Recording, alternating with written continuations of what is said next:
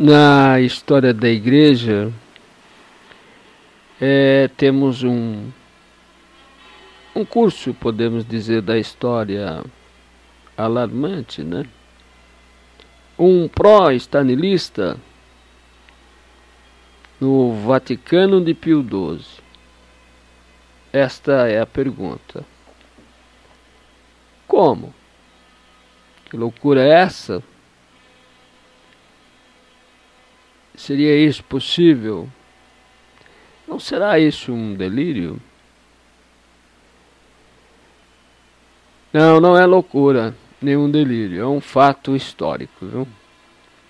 Em 1942, em plena Segunda Guerra Mundial, um monsenhor que exercia um alto cargo no Vaticano entrou em contato com o tirano bolchevista Stalin e fez com ele um acordo secreto. Um acordo com Stalin. Um monsenhor da Cúria que fez um acordo com Stalin, com o assassino, com o tirano, com o monstruoso Stalin, que até Khrushchev condenou, com o êmulo em matéria de crimes do genocida Führer nazista.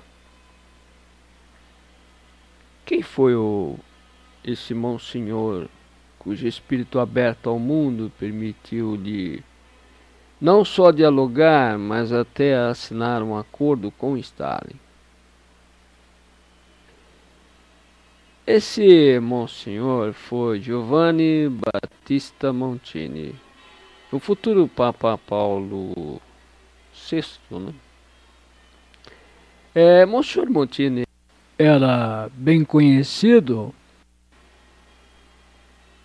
e por suas tendências favoráveis ao marxismo, que sempre o fizeram olhar o Partido Comunista com olhos mais do que brandos, mas até simpáticos. Ele é filho de um senador do Partido Popular e de formação modernista.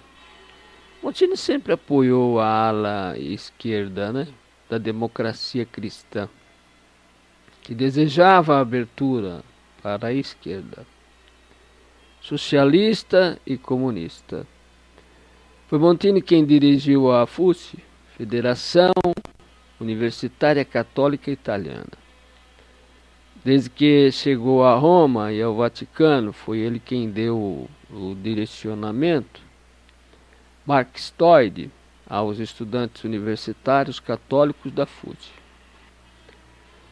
Como Amintore, Fanfani, Aldo Moro, Giulio Andreotti e tantos outros, que no pós-guerra tomaram a direção da democracia cristã e do governo e abriram uma larga porta para os marxistas no governo italiano. Ele exercendo o prestígio, o cargo, né, chamado de substituto da Secretaria de Estado na seção de Assuntos Exteriores, Montini sempre procurou fazer uma política independente de Pio XII. Independente e até secreta, né? Durante anos, liderou a ala modernista e esquerdista no Vaticano e na Igreja, chegando a exercer profunda influência nos acontecimentos internacionais e italianos. Foi por volta de 1942, quando se deu a reviravolta na Segunda Guerra Mundial, com a vitória dos aliados em Midway, a Alemanha e o início do cerco de Stalingrado, que Montini conseguiu fazer um acordo com o bolchevista Stalin. Quem contou isso foi o Monsenhor Georges Roth, secretário do cardeal Tisserand, em uma carta ao jornalista Jean Madiran, que no final dessa carta de Monsenhor Georges Roth, Madiran acusara o cardeal Tisserand de ter assinado o acordo do Vaticano com a União Soviética em 1962 em Metz. Lá se ia iniciar o Concílio Vaticano II.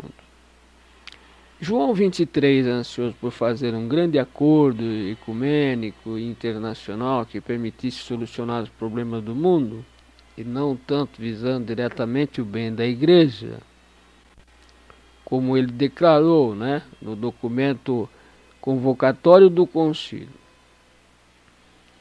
A Humania Salutis, que desejou, também os bispos russos estivessem presentes. Para isso foi feito o acordo em Metz. A União Soviética permitiria a vinda de representantes da Igreja Cismática Russa, caso a Igreja Católica se comprometesse a não condenar nem a União Soviética, nem o comunismo, nem o marxismo. No concílio, a esse preço inacreditável, os bolchevistas permitiriam que uma delegação de bispos cismáticos comprometidos com o Partido Comunista fossem como assistentes ao Concílio do Vaticano II. O acordo foi assinado em nome da Igreja pelo cardeal Tisserand. Em nome dos comunistas, por Monsenhor Nikodin, arcebispo cismático de Leningrado e secretamente, coronel da Polícia Secreta Bolchevista, a KGB. Foi um escândalo, foi uma vergonha. No concílio, o cardeal Tisserand, desde a mesa dirigente, zelosamente velava para que fosse cumprido o acordo traidor e que nenhum bispo ousasse condenar o comunismo. Caso alguém fizesse isso, o cardeal Tisserand cortava a palavra ao bispo atrevido, emudecendo o seu microfone, apertando um botão que tinha no Concílio Vaticano II sob as ordens de Moscou. Pastoralmente, o Vaticano II se recusou a condenar a maior heresia da história. Omitiu-se, silenciou. Foi um escândalo, uma vergonha na época. Ao ser publicado o artigo de Jean Madiran, o Monsenhor Georges Roth, fiel à memória do falecido cardeal Tisserand, do qual fora secretário, ele se apressou em esclarecer em 14 de maio de 1984 que o cardeal não agira senão sob as ordens expressas de João XXIII. Portanto, o bom Papa João era o verdadeiro responsável pelo escandaloso acordo assinado em Metz. A decisão de convidar os observadores ortodoxos russos para o Concílio Vaticano foi tomada pessoalmente por Sua Santidade Papa João XXIII, com o óbvio encorajamento do cardeal Montin.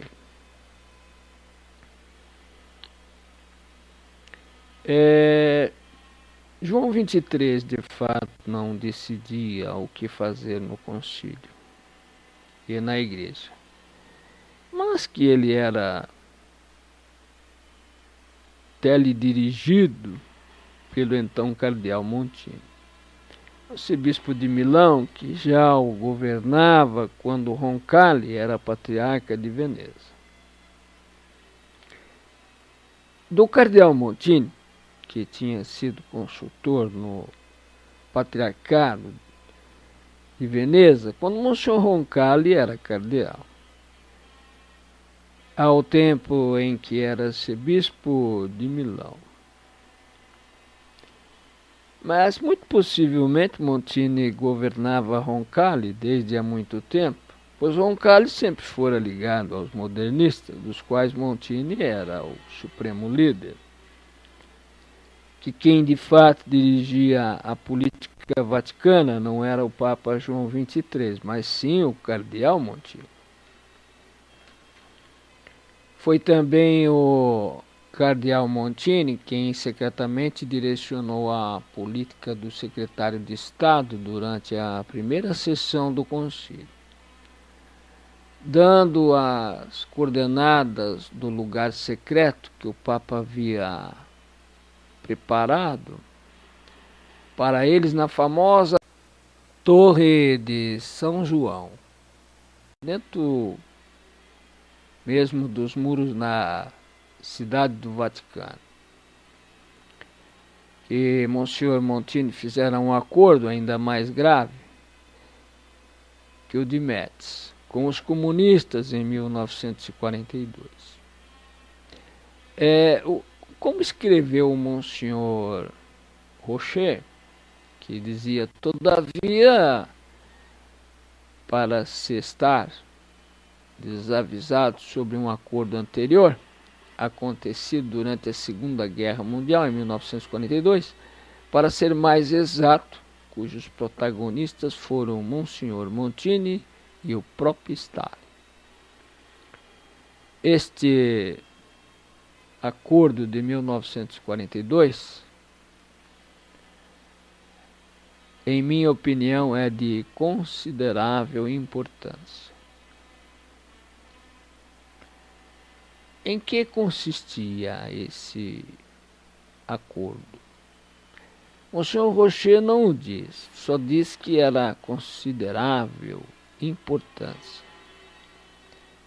Todas essas declarações de Monsenhor Jorge Rocher são perfeitamente coerentes com os demais dados históricos conhecidos da atuação de Monsenhor Montini e de Angelo Giuseppe Roncalli, o Papa João XXIII. Essas informações esclarecem muito a história do Concílio Vaticano II, assim como o hoste política vaticana com relação à Rússia comunista. O que não fica esclarecido é como Monsenhor Montini, o Papa Paulo VI, pôde ter ganhado processo de beatificação. Paulo VI beato, mistério, A verdade é que o Vaticano foi silenciado por Moscou, E Jean Madran publicou um artigo, na revista Itinéraire e relatou todo esse escândalo, que ficou registrado na história da Igreja. Sobre o que acabei de falar, e também levando-se em consideração que a participação principal de João XXIII, de Paulo VI, e os outros que acabamos de mencionar. E a verdade é que o Acordo Vaticano-Moscou não foi um erro diplomático ou mesmo um erro de natureza política. Foi alguma coisa inteiramente diferente. Constitui-se em traição religiosa. certamente teve consequências políticas, que certamente derivou de um erro de julgamento, mas, repito, essencialmente ele se constitui em uma traição religiosa mesmo. E diante do tribunal da história ele será lembrado como a desgraça do século XX e da Santa Sé.